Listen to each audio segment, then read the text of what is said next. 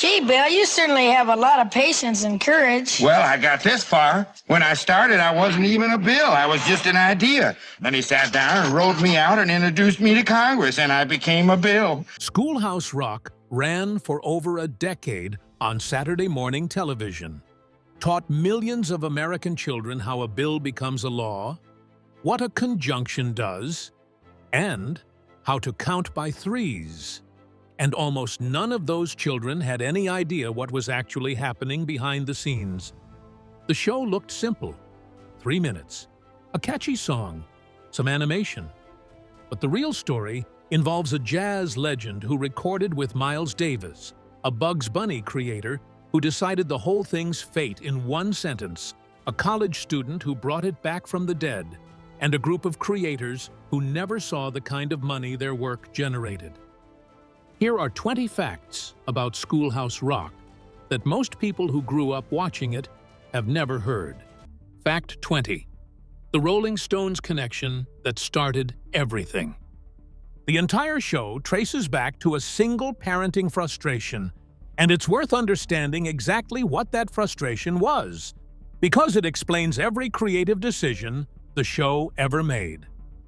In the early 1970s, advertising executive David McCall noticed that his son could recite Rolling Stones lyrics from memory without effort, but went completely blank when asked what 7 times 8 was. That gap wasn't laziness. It was evidence of something real about how human memory actually works. Melody and rhythm carry information into long-term storage in a way that drilling and repetition simply don't. McCall wasn't an educator or a musician. He was an ad man, but advertising had already shown him that the right jingle lodges itself in a mind and stays there for years. The question was whether that principle could be pointed at something with genuine educational value. He brought jazz musician Bob Dorough into the conversation, and that pairing of advertising instinct with real musical craft produced something neither world had quite attempted before. The educational establishment didn't just take McCall's word for it. After the first song was finished, they tested it in actual classrooms. The retention numbers were significant enough to make the whole project feel less like an experiment and more like a discovery. Keep that word, discovery, in mind. It matters later. Fact 19. The man who killed it in one sentence. Before there was a show, before there was a song, before there were Saturday mornings full of singing conjunctions and animated bills on Capitol steps, there was a room, an executive, and a single sentence that decided everything. David McCall brought the concept to ABC. Bob Dorough had delivered 3 is a magic number, a song wrapped in warm chords and gentle swing that the adults in the agency couldn't stop humming. Illustrator Tom Yohe had sketched visuals after hearing the demo. Producer George Newall packaged all of it and carried it into an ABC meeting where a young executive named Michael Eisner was overseeing children's programming. Eisner was interested, but not yet convinced. Then animation legend Chuck Jones, the man behind Bugs Bunny, Daffy Duck, and Wile E. Coyote, happened to be in the room. Jones watched the segment, turned to Eisner, and said 2 words: "Buy it." Newall later described what happened next as the fastest deal in television history. On January 6, 1973, Multiplication Rock premiered. The show that started because a kid couldn't do his times tables had officially begun. And the man who greenlit it would go on to run Disney. But that connection between Eisner, Disney, and Schoolhouse Rock comes back around later on this list in a way the creators never saw coming. Fact 18. Why the show's name came from a prison song. Here is something almost nobody knows about one of the most recognizable brands in American children's television. For the first several years of its existence, Schoolhouse Rock was not called Schoolhouse Rock. The show originally aired as Scholastic Rock. It made sense. The name fit the educational mission. The problem was that Scholastic Inc., the publishing company, had been operating under that name since the 1920s and had lawyers who were prepared to say so clearly. By 1975, after multiple seasons had aired, the legal notice arrived. The production team needed a new name immediately. The solution came from Elvis Presley's 1957 hit Jailhouse Rock. Swap one word. Keep the rhythm. Suddenly, the title sounded less like a homework assignment and more like something that had snuck past the school board, which was exactly the energy the show was built on. Even after the on-air title changed, the production company quietly kept the legal name Schoolhouse Rock Incorporated as a subsidiary. But as far as Saturday morning television was concerned, the show had a new identity, and the name that everyone now associates with an entire generation's education came from a song about a prison. Fact 17. The 3-minute rule that made everything better. Every single Schoolhouse Rock segment runs almost exactly 3 minutes. It feels like a stylistic choice, something rooted in the pop single format. It was neither. It was a network requirement with a purely practical origin. A BC needed short interstitial segments to fill the gaps between Saturday morning cartoons, the same slots normally occupied by commercials. Those gaps were exactly 3 minutes, not 2:45, not 3:15. 3 minutes, precisely, every time. For the creative team, most of whom had built careers in advertising where 30 seconds was considered generous, this wasn't a constraint. It was familiar territory. What they discovered was that 3 minutes, used with discipline, was enough to introduce a concept, develop it, anchor it to a memorable hook, and close it with something that would stay in a child's head for the rest of the day. Duro's original 3 is a Magic Number ran longer. Verses were cut. Instrumental sections were trimmed. Other segments lost material the same way throughout the show's run. But the compression rarely felt like loss. It felt like editing. The time limit that looked like a ceiling turned out to be the tool that made everything sharper. Now, if a 3-minute constraint produced that quality of output, imagine what the educators who reviewed every word before it aired were adding to the process. Fact 16. The educators who had to approve every word.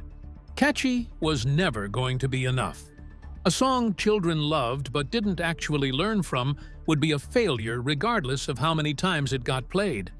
And the team behind Schoolhouse Rock knew that from the beginning.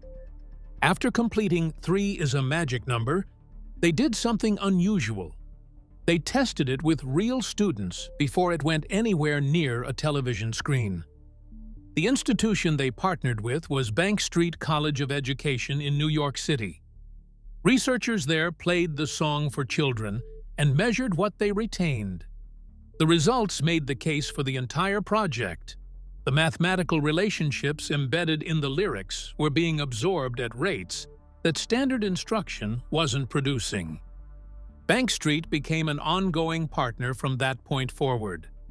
Every script and every lyric went through their review process before production was finalized. That partnership became especially critical during the America Rock series, when the show was attempting to explain the United States Constitution and the legislative process in 3-minute segments aimed at 8-year-olds. Getting the history right while making it singable required a specific kind of collaboration, and the educators in the room were what made it work. Which brings up a question worth exploring. How do you compress the entire Constitution into 3 minutes without mangling it? One songwriter found an answer so specific, it's almost absurd. Fact 15. The 4 words that made the Constitution singable. If you can sing the opening of the United States Constitution but forget passwords you created last month, you owe that memory to Lynn Ahrens. The preamble first aired in November of 1975. As part of America Rock, timed to the approaching bicentennial, and it remains one of the most effective pieces of educational media ever made for American children. Ahrens wrote and performed it early in her career, long before she became a Tony Award-winning Broadway composer whose credits would include Ragtime and Once on This Island. Her approach was bold in its simplicity. Set the actual constitutional text to music. The challenge was rhythmic. The preamble's words don't naturally fall into a singable meter. To solve it, Ahrens cut exactly 4 words: of the United States. Everything else remained verbatim. Teachers adopted the segment almost immediately. Students who glazed over during lectures about historical documents found themselves reciting constitutional language in tune and retaining it. The New York Times praised the America Rock series in 1976 for turning the Constitution into a joyful musical experience, a sentence that would have seemed absurd before Schoolhouse Rock proved it was possible. Fact 14. The jazz legend who recorded with Miles Davis. Bob Dorose was not, by the early 1970s, an unknown. He had been working at the edges of the jazz world for 2 decades. Records with sophisticated chord structures, lyrics that were both intelligent and genuinely funny, a sensibility that resisted easy categorization. In 1962, Miles Davis, one of the most selective musicians in jazz history, recorded 2 tracks with Dorose. This was not something Davis did as a favor or a courtesy. Dorose remains one of a very small number of vocalists ever featured on a Davis record, and that association says something precise about where he sat in the broader landscape. He later described Davis with an affection that had real tension underneath it, calling him a complete didactic tyrant in a way that suggested both deep respect and the memory of significant arguments. When McCall brought him into the Schoolhouse Rock project, Dorose treated each segment the way he treated a jazz composition, finding unexpected harmonic choices that kept the songs from ever feeling like children's music in the dismissive sense. He earned a Grammy nomination in 1974. Decades later, the National Endowment for the Arts honored him with a Jazz Masters Award in 2019. He died on April 23, 2018, at 94, having spent his final years playing Schoolhouse Rock songs at live performances while audiences sang every word back at him. But the voices on those original recordings weren't professional singers. Not even close. Fact 13. The backup singers who weren't professionals. The vocal texture of Schoolhouse Rock, that quality of warmth and slight imperfection that makes the recordings feel lived in, was not produced with professional child performers. When it came time to add backing vocals, Dorose and the other musicians made a deliberate choice. They brought in their own children. Dorose's daughter, Ari, was among the small group who contributed to the recordings, alongside children connected to others on the production. These were real kids, with all the unpolished energy and occasional pitch variation that implies. The result was something no amount of studio engineering could have replicated, a sound that felt like a classroom rather than a performance. In segments like The Four-Legged Zoo, the interplay between Dorose's relaxed lead and the children's responses carries a spontaneity that trained vocalists would have smoothed away. The wobbles and the timing variations are exactly what make those recordings feel alive. The choice to use real children rather than professional ones was a direct expression of the show's core belief. Authenticity in the product produces authenticity in the learning, and that authenticity eventually traveled somewhere nobody expected. Fact 12. How a Saturday morning lesson ended up in a Marvel film.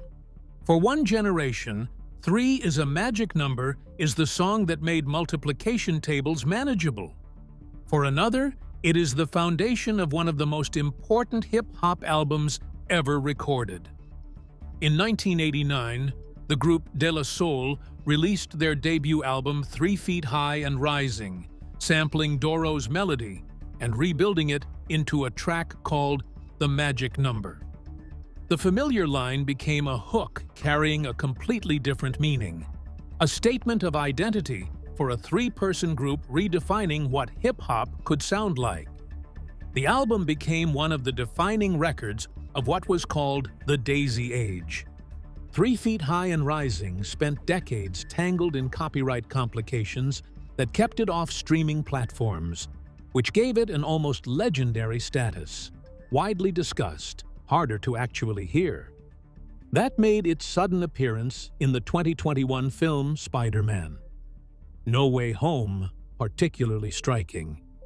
As the credits rolled over doodle-style animation that deliberately echoed Schoolhouse Rock's visual language, the magic number played behind a scene featuring 3 different versions of Spider-Man. Doro's melody had traveled from Saturday morning television to alt-rap landmark to Marvel blockbuster finale across 30 years. And it wasn't the only Schoolhouse Rock song to become something much larger than its origins. Fact 11. The grammar lesson people still remember word for word. There are songs that teach, songs that stick, and then there are songs that fuse the lesson and the melody into a single memory so completely that separating them becomes impossible. Conjunction Junction is that song for an entire generation of Americans who may not be able to define a subordinating clause, but can produce the full breakdown without missing a syllable. Written by Bob Doro and performed by jazz trumpeter Jack Sheldon, Conjunction Junction premiered on November 17, 1973. The central image, a train yard where boxcars labeled and/or hookup thoughts like freight cars on a track, gave children a spatial structure to attach the grammatical concept to. The animators made the connection visual and concrete in a way that language instruction alone never manages. Sheldon's performance sealed it. He was a working jazz musician and regular on The Merv Griffin Show, and he brought a relaxed, bluesy delivery that made the lesson feel like a conversation rather than instruction. The refrain didn't explain conjunctions, it embedded them. Decades later, people who struggle through grammatical terminology in professional contexts can still produce the full song without effort. Sheldon also voiced another segment that became just as essential, and the real-life detail behind that recording is one of the most quietly affecting facts in the show's entire history. Fact 10.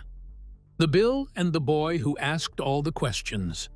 Of everything Schoolhouse Rock ever taught, the one that embedded most deeply into the civic understanding of multiple generations is the legislative process, told through a weary, hopeful scroll of paper sitting on the Capitol steps. I'm Just a Bill debuted on March 27, 1976, as part of America Rock. Jazz pianist Dave Frischberg wrote it, distilling committee hearings, floor votes, presidential signatures, and the possibility of veto into a structure simple enough for a child to follow on first listen. The voice of the bill was Jack Sheldon, the same instrument behind Conjunction Junction, which made him one of the 2 most recognizable voices in the entire catalog. What almost no one watching knew. The curious child asking questions throughout the segment was voiced by Sheldon's real son, John, a father genuinely walking his own child through democratic governance while simultaneously doing the same for millions of other children. That detail, unknown to the audience for years, gives the whole segment a warmth that goes well beyond the writing. The version of democracy it presented was deliberately optimistic. No lobbyists, no filibusters, no gridlock.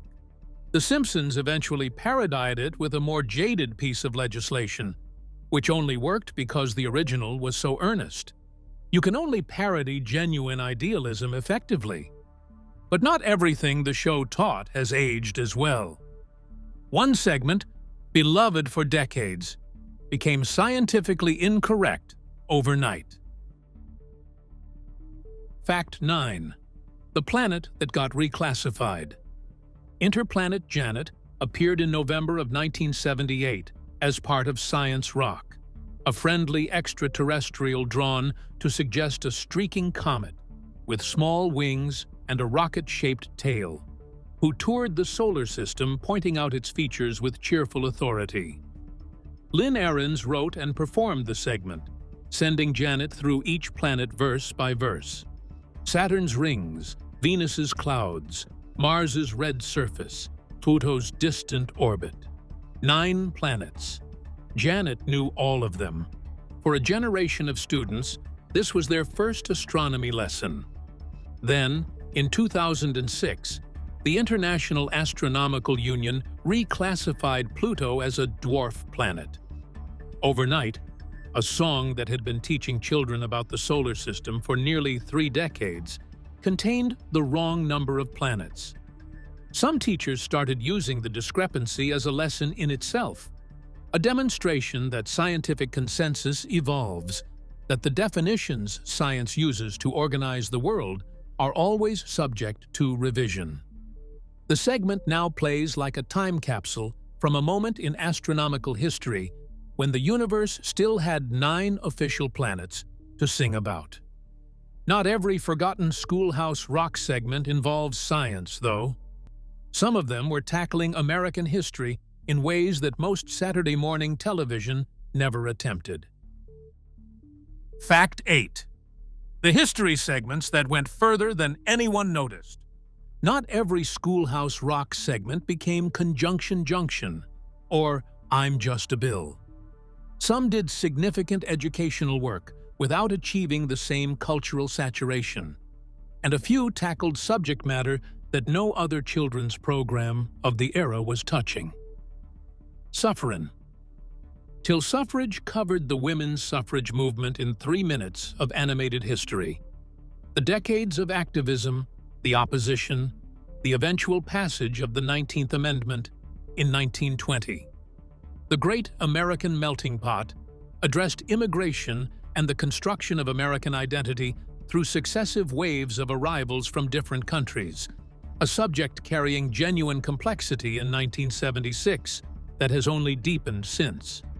No More Kings framed the American Revolution through colonial frustration with distant authority and taxation without representation. The decision to include these subjects, suffrage, immigration, revolution, without softening them into meaninglessness, represented a level of ambition that most children's television simply didn't attempt. Schoolhouse Rock treated its audience as capable of handling real history in 3-minute doses. That instinct extended even further in 1982, when the show tried to prepare children for something that most American households hadn't encountered yet. Fact 7. The tech segments that arrived a decade early. In 1982, personal computing was still a novelty that most American households had never encountered. Schoolhouse Rock looked at that situation and decided to get ahead of it. The Scooter Computer and Mr. Chips segments were produced as part of a computer literacy initiative at a moment when the devices being explained weren't yet part of ordinary daily life. The segments introduced children to concepts like data, programming logic, and how computers process information, presented through animated characters at a time when a significant portion of the audience had never sat in front of a personal computer. The execution was charming rather than technically precise, which was appropriate given what the technology looked like in 1982. But the educational instinct was correct. Computing was coming. Children would need to understand it, and Schoolhouse Rock was already building the foundation. The segments didn't achieve the staying power of the arithmetic and grammar content. Technology evolves faster than language does. But as a document of what the early 1980s imagined the digital future looked like, they're genuinely fascinating. What happened 3 years later, though, is what truly tested the show's legacy.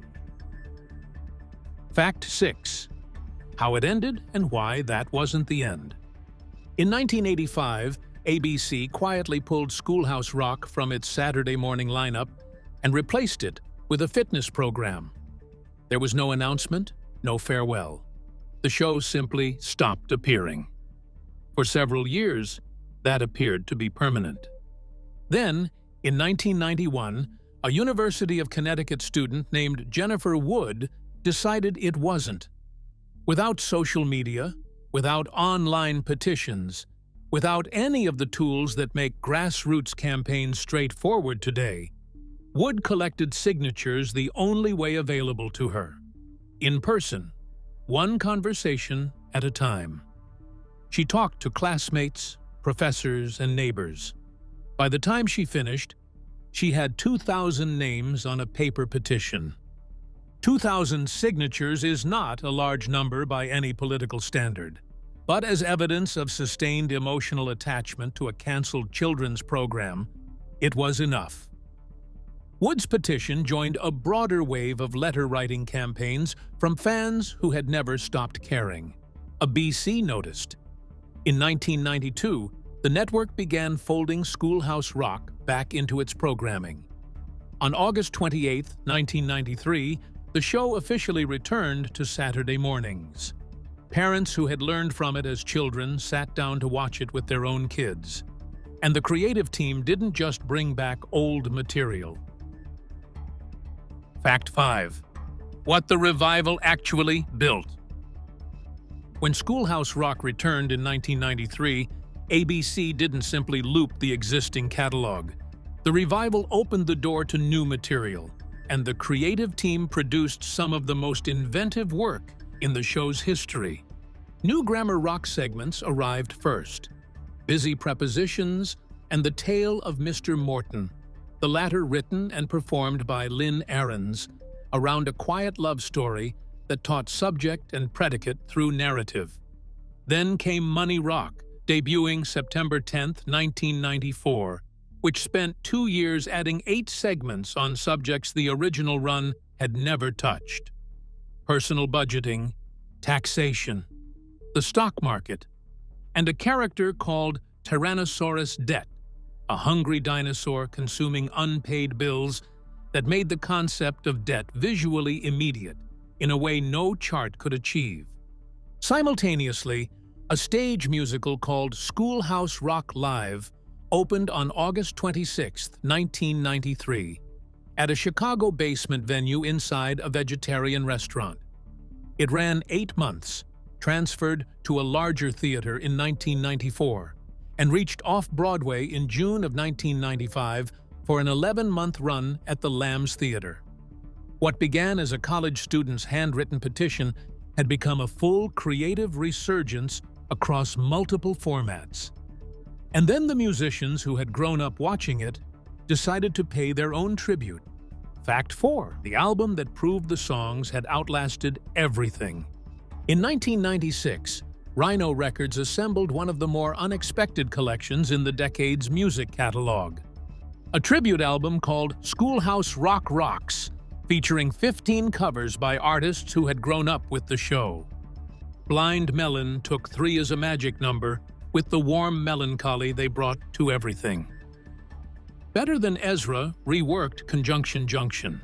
The Lemonheads covered My Hero Zero.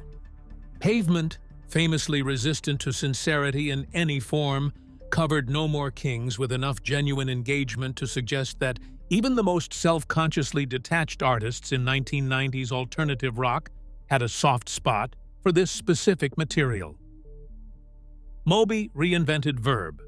That's what's happening. Each cover was different enough from the original to feel like a real interpretation rather than a reproduction. That's the mark of source material strong enough to survive being thoroughly reimagined. The album established something that all the nostalgia coverage in the world couldn't. These weren't just songs people remembered fondly. They were songs that had genuinely shaped how a generation understood language, numbers, and civics. And the artists covering them were acknowledging that debt in the most direct way available to musicians. The proof of that came in even clearer form 17 years later. Fact 3. the concert that filled every inch of the building.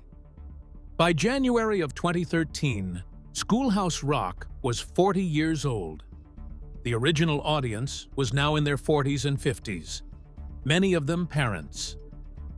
Bob Dorough took the stage at the Kennedy Center's Millennium Stage in Washington, D.C. for a 40th anniversary concert. The Millennium Stage typically draws audiences in the dozens or low hundreds for its free nightly performances. For Schoolhouse Rock, somewhere between 700 and 1,000 people showed up. They packed the aisles and lined the stairways. When Dorough played the opening notes of Conjunction Junction, the entire room sang back without any prompting. When 3 is a Magic Number came around, people who hadn't consciously thought about the song in years produced every word correctly, in tune, without effort. That moment was not just nostalgia. It was the living proof of the show's original educational thesis, that information carried in music holds longer and more firmly than information delivered any other way. The people in that room hadn't been reviewing the material. They had heard it once, in childhood, and it had stayed. There is, however, one more part of this story, the part that almost never gets told alongside the celebrations. Fact 2, what the creators never got paid for. Here is the part of the Schoolhouse Rock story that the nostalgia coverage consistently skips.